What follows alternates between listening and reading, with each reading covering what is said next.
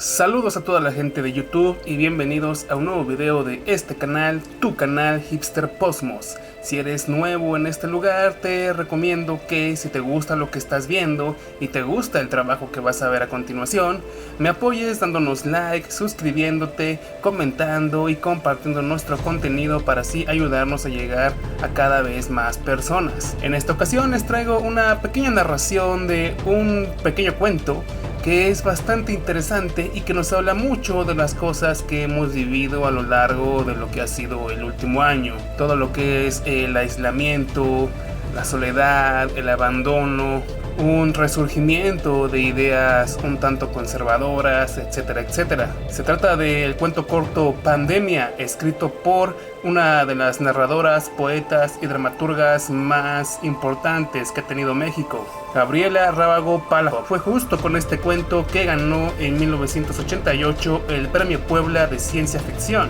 así que eso habla de la calidad de lo que están a punto de escuchar.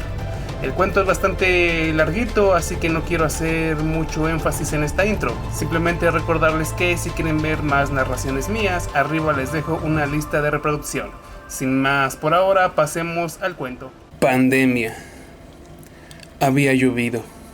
Las últimas gotas caían bugambilias abajo. Se perdían en los charcos que oscurecían el asfalto. El aguacero había arrancado las jacarandas, la mayoría de las flores que permanecían al pie de los árboles, a manera de alfombra pasajera.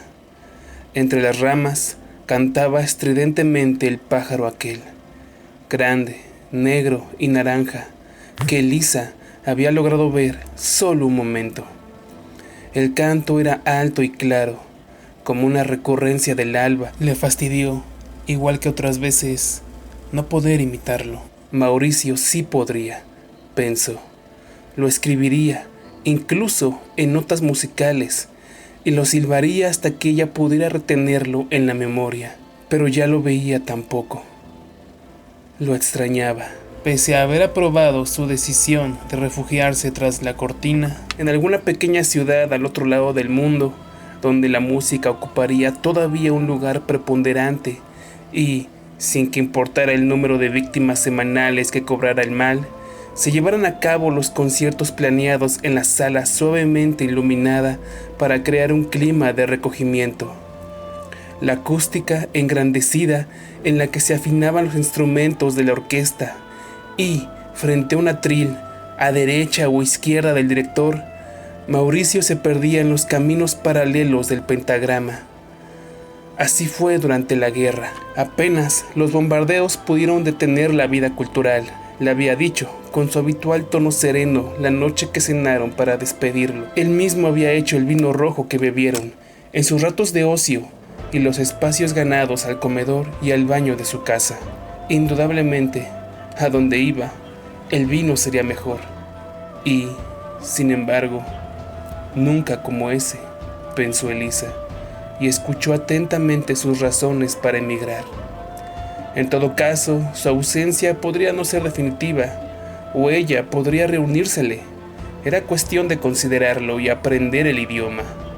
Pero no, ella creía que cada quien tiene su propio destino.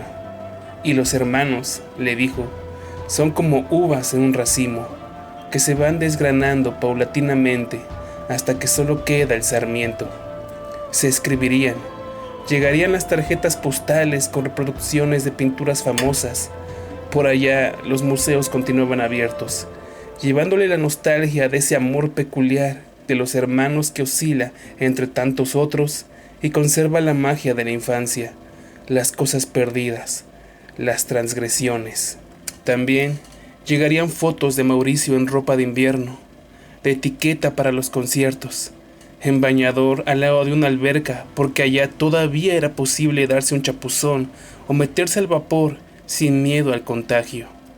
El mal era, salvo excepciones inexplicables, un azote de Occidente. De cualquier manera, cuídate, toma todas las precauciones, no te expongas. Ninguno de los dos lo mencionó, pero el nombre de Oscar, el hermano menor, flotó por momentos en el aire. Se miraron a los ojos. No hallaron en ellos ningún eco de los de Oscar, risueños y castaños. Él tampoco se había expuesto y sin embargo había sido víctima de la pandemia meses atrás, lo mismo que Eduardo, Germán, Luis y una lista interminable. Por ti no me preocupo, comentó Mauricio, pero esto se va quedando cada día más despoblado. Es curioso, ¿verdad? Una ciudad a la que le sobran millones de habitantes, ahora vuelve a ser como cuentan que era en la época de nuestros padres, lo que anhelaba el consenso popular.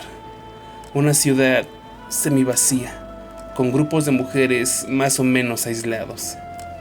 Sí, pero no de esa manera. La pandemia avanzaba en proporciones geométricas, y si al principio las víctimas eran en su mayoría hombres entre 20 y 45 años, al paso de los meses también lo fueron mujeres y niños. Los efectos se fueron haciendo visibles en la calle. En poco tiempo, miles de automóviles dejaron de circular, disminuyeron los índices de contaminación. A ciertas horas fue posible sentir el silencio y gozar la transparencia de la atmósfera. Pero la gente moría diezmada por un mal que desafiaba la ciencia, las religiones, la esperanza. Vehículos espaciales de sirenas y rojas lámparas giratorias se hacían cargo de los cuerpos como en tiempos muy lejanos los carretones de la muerte que puso en marcha la peste bubónica, la sífilis, la tuberculosis, la influencia española. Hoy es el virus VIH, HTLV3 o LAV. Aproximadamente cada 2 siglos surge una pandemia que hace estragos en el planeta.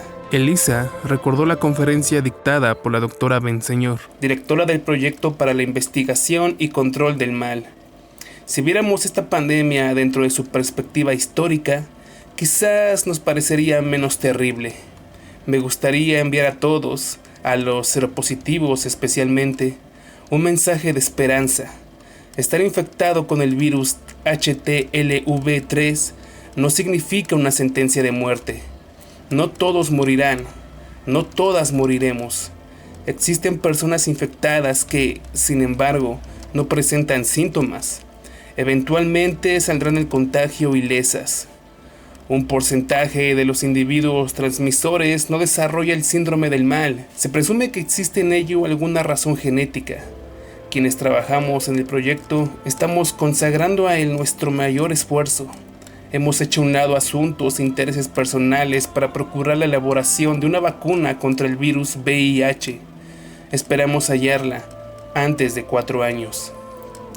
Las vacunas experimentadas hasta entonces habían sido inefectivas y la gente moría por centenares bajo la mirada atónita de los premios Nobel, ante la incredulidad de los científicos que habían puesto al hombre en la luna. Quizás lo peor de todo era que el virus LAV, ese organismo microscópico que se instalaba en los linfocitos y acababa con el sistema inmunológico de los pacientes, había erosionado los cimientos de la sociedad. Pese a la propaganda oficial contra cualquier clase de discriminación de las personas infectadas, el estigma era un hecho cotidiano que sufrían por igual burgueses y desposeídos, porque los líquidos que extendían el contagio del mal eran el semen y la sangre. Es decir, el virus se transmitía preferentemente en la cama, lo cual determinaba que la voluntad pública convirtiera el asunto médico en cuestión moral. La primera información sobre el HTLV3 revivió uno de los tabúes más espinosos en la historia judio-cristiana, la homosexualidad, más ampliamente conocida como plaga de Sodoma y Gomorra. Y hoy, de California, Nueva York, Haití, Puerto Rico, Francia, Brasil, México. Los primeros casos registrados se dieron entre hombres homosexuales. Al momento en que la doctora Benseñor dictó su conferencia, los grupos afectados eran homosexuales y bisexuales masculinos, drogadictos que utilizaban la vía intravenosa, hemofílicos, haitianos, personas de las que no se había identificado ningún factor de riesgo y heterosexuales que hubieran tenido contacto sexual con enfermos del mal. Los hombres constituían el 93% de los casos. El 7% de las mujeres correspondían a prostitutas, drogadictas y compañeras sexuales de pacientes infectados. La gente de bien, las personas decentes que ponderaban nuestras abuelas, Buscaron protegerse de la infección con oraciones y medallas o palmas benditas. ¿No hablarían al respecto las cartas de Fátima? Evitaron transfusiones de sangre desconocida. Nunca como entonces se hizo evidente la diferencia de licores sanguíneos. Rehusaron el roce social con individuos sospechosos. En lo profundo de su espíritu, dieron gracias a Dios por no ser unos degenerados. Sin embargo, las estadísticas revelaban un avance del mal en proporciones geométricas. La doctora Benseñor, ante los reporteros de La Fuente, el periodo de incubación del virus oscila entre 5 y 6 años, de ahí la peligrosidad de la pandemia. Alguien puede suponerse sano y empezar a mostrar síntomas dentro de unos meses. En el interín, es posible que haya transmitido el contagio a las personas con quienes haya tenido intercambio sexual. Vacunas, preces y talismanes sucumbieron ante el virus Val. Frente a las evidencias aplastantes, las familias bien, igual que la gente común, tuvieron que disfrazar de estupor su vergüenza. La población masculina sexualmente activa comenzó a decrecer de manera alarmante. Además de los solteros, morían los paterfamily, los maridos fotografiados el día de su boda, los curas y los ministros del gobierno. A la comunidad homosexual, que mantenía solo medio encubierto su estilo de vida, le quedaba el consuelo de una realidad considerablemente más digna. ¿Qué importaba que los obituarios de los bisexuales hablaran de accidentes ficticios, antiguos padecimientos, fallas cardíacas y varios eufemismos por el estilo? El estigma dio lugar a la polémica. Nunca como entonces, los medios de comunicación recogieron palabras que la religión judio-cristiana creía obscenas. Homosexualidad, bisexualidad, gente gay. Toda esa porquería, desde luego, era made in USA. Escribían los diarios de posición moderada. Los de izquierda, en cambio, resultaban más humanitarios, objetivos por lo menos. En la televisión, el jesuita John McCain se enfrentaba a la sociedad homófoba. Durante largo tiempo hemos cargado los hombros de esos hermanos nuestros que se llaman a sí mismos gay, con un pecado inexistente surgido de un error de traducción. ¿Hasta cuándo reconoceremos que el pecado de Sodoma y Gomorra fue la falta de hospitalidad debida a los extranjeros?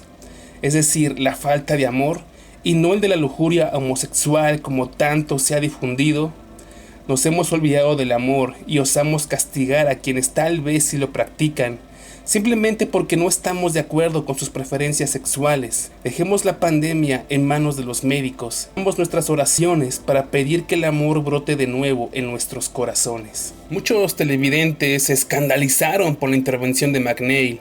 Varios se negaron a creer que ese hombre de barba entrecana y chaleco oscuro, cuya poderosa mano apretaba un crucifijo contra su pecho, pudiera ser un sacerdote jesuita. ¿De parte de quién estaba?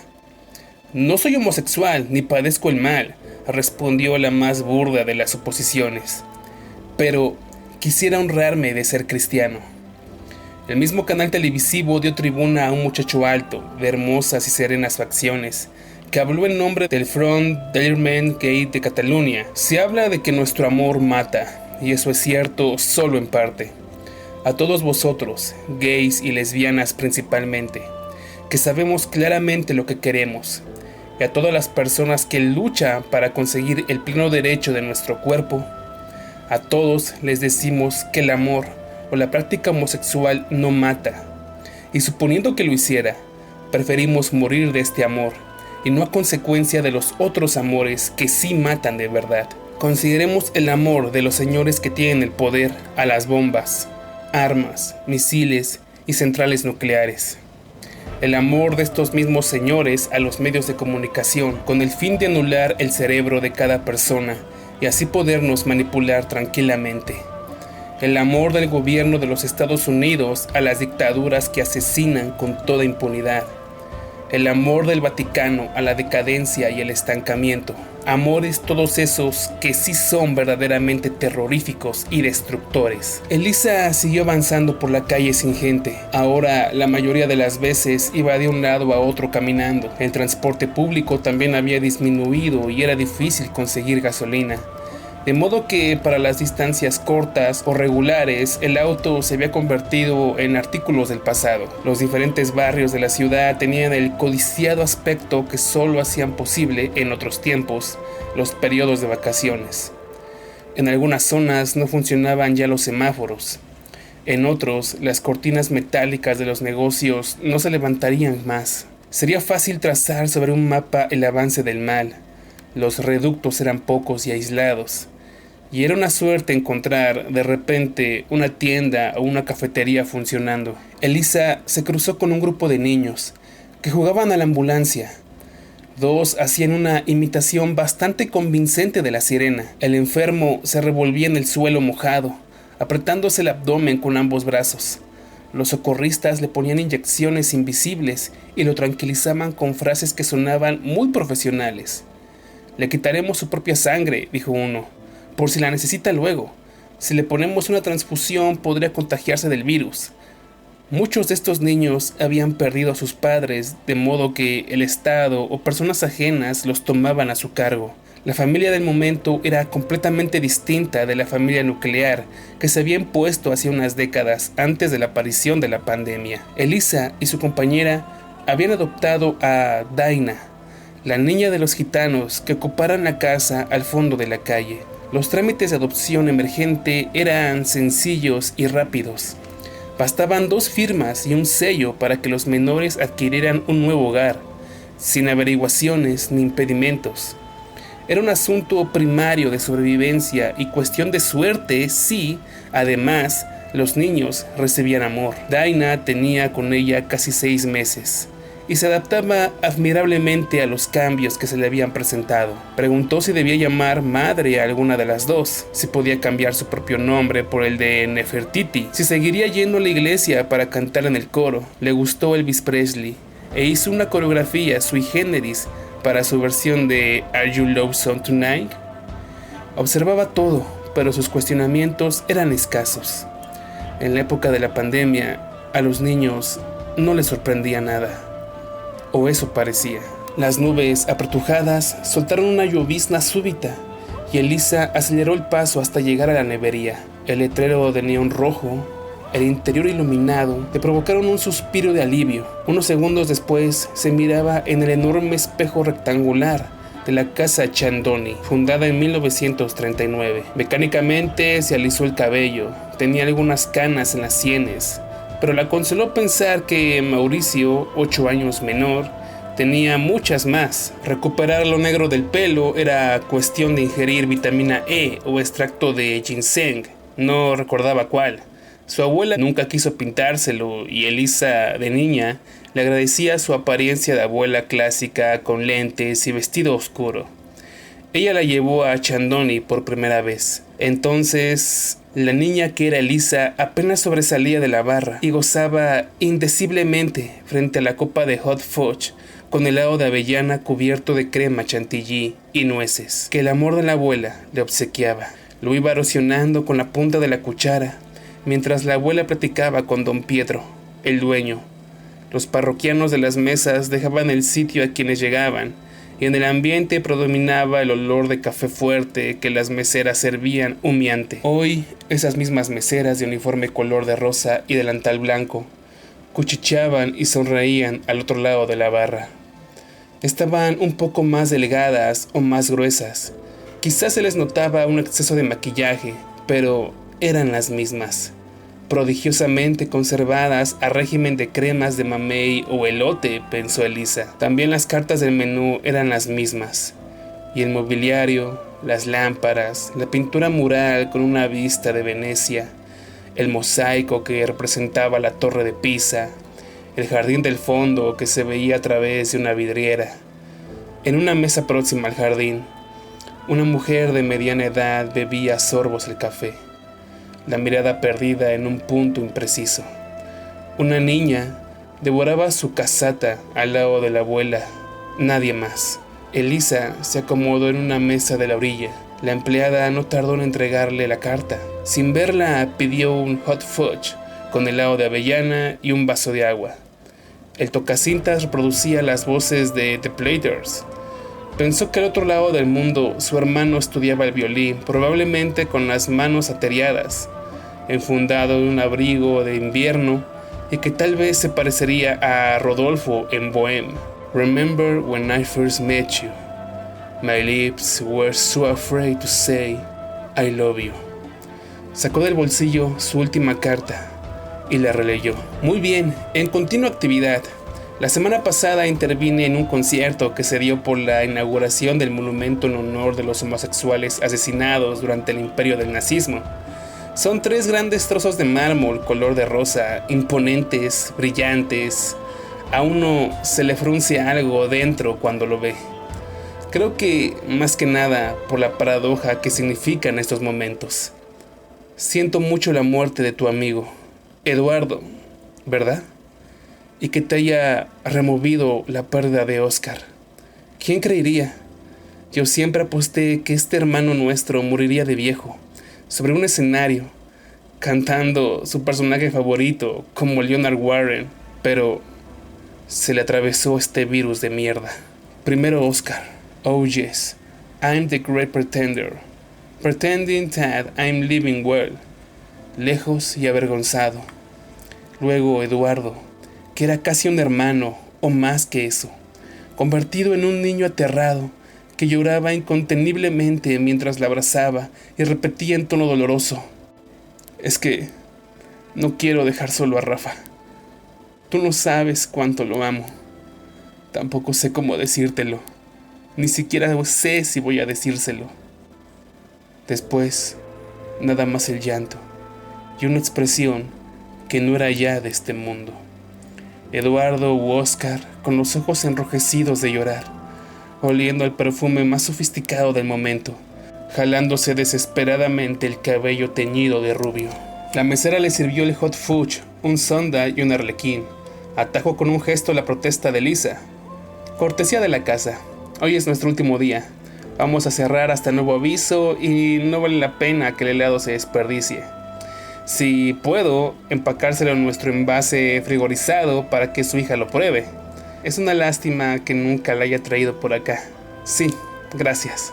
Saludaré en su nombre al señor Chandoni, con mucho gusto. Ya casi nunca se halla en la casa, pero supervisa igual el control de calidad. ¿Le gustaría tomar un café? Bueno, así se quedaría hasta la hora de cerrar. En todos esos años, don Pietro no había permitido jamás que se fueran antes de las 8. Elisa continuó leyendo la carta de su hermano.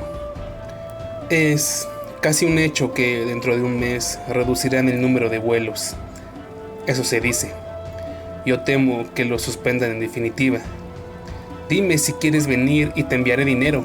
Prométeme que, por lo menos, lo considerarás. Oye, te quiero. I'm sorry for the things I have done. I'm so ashamed. I'm sorry. Elisa dobló la carta y leyó la fecha del reloj de pared. Hacía más de un mes desde que el correo le llevara la carta de Mauricio. ¿Acaso, por desgracia, la última? Bebió un poco de agua para aclararse el paladar. El agua de Chandoni, tan en el punto exacto, deliciosamente fresca, pero sin molestar. La mujer que sorbía el café se levantó y al pasar frente a su mesa, se miraron largamente. A Elisa le recordó la modelo de Botticelli. Le devolvió la sonrisa. Es algo impreciso en los ojos o en la manera de sonreír, decía Eduardo. Una especie de lenguaje secreto o una contraseña. Cuestión de sensibilidad, de vibra. Tampoco hace falta decir nada. Crees que lo sabes y no te equivocas. Only you can make me all these changes in me. Una de las meseras apagó el letrero luminoso. La mujer del café dijo: vine aquí durante 20 años. Nunca te encontré. ¿Podríamos caminar juntas hacia el sur? Claro, yo no tengo prisa. La mesera apagó el tocacintas antes de que terminara el disco de oro de The Platters.